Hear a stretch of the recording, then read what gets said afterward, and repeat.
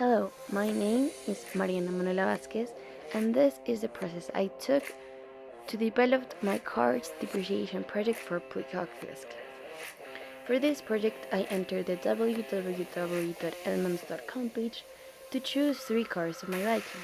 These cars came with a set of information with their prices between being brand new and 5 years old, and with a graph of this information. I chose the 2018 Dodge Challenger SRT Demon, the 2018 Chevrolet Camaro Coupe, and the 2018 Cadillac Escalade SUV.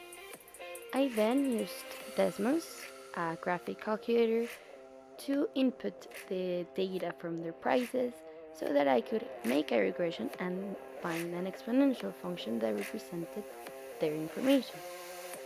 This exponential function helped me understand their depreciation, which is the exponential representation of their changing prices through time. Also, their decay and how they more or less lose money or their value through time. I also found their depreciation rates. For this, I used the previous price as a 100 and then the following price of the car as the percentage in question. For example, in the board you can see the Dodge Challenger example of year 1 to year 2.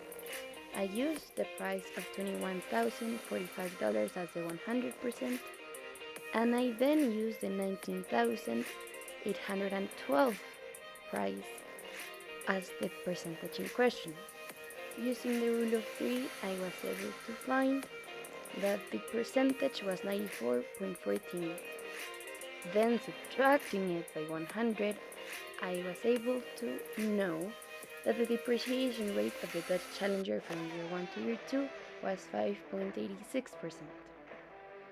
I also found the average depreciation rates by adding all of these percentages, which are 5.86, 9.33, 17.19, and 7.78. Then dividing them by 4 and obtaining 10.04% as the average depreciation rate.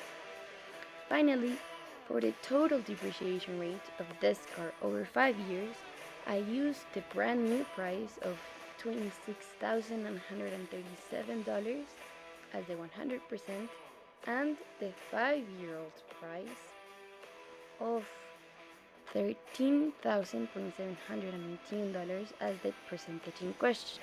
Using again the rule of 3, I was able to find the number of 50.93 that subtracted by 100 gives me the total depreciation rate of the 2018 Dodge Challenger to be 49.07%. I repeated this process with the other cars and found the difference in their depreciation rates and in the average depreciation. I concluded that, with the help of the analysis, the Camaro has the least depreciation rate. So, in proportion to Dodge and Cadillac, I know that this will make the least changes in its value since it was brand new. In the long run, this car would technically uphold its value the longest. On the other hand, the Challenger would yearly lose less money, so it could also be a good option. In any case, the Escalade is out of the bid because of the greater difference in rates.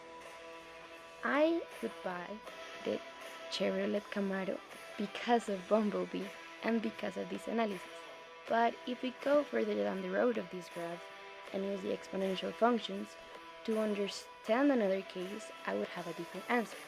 If, for example, my parents were buying me a car as a graduation gift for the summer of 2024, their decision would be different. They would buy the Dodge Challenger because by 2024 this car would cost least. It would cost $11,648, and making an economically conscious decision, this is the gift they would give. That is all, but which car would you buy?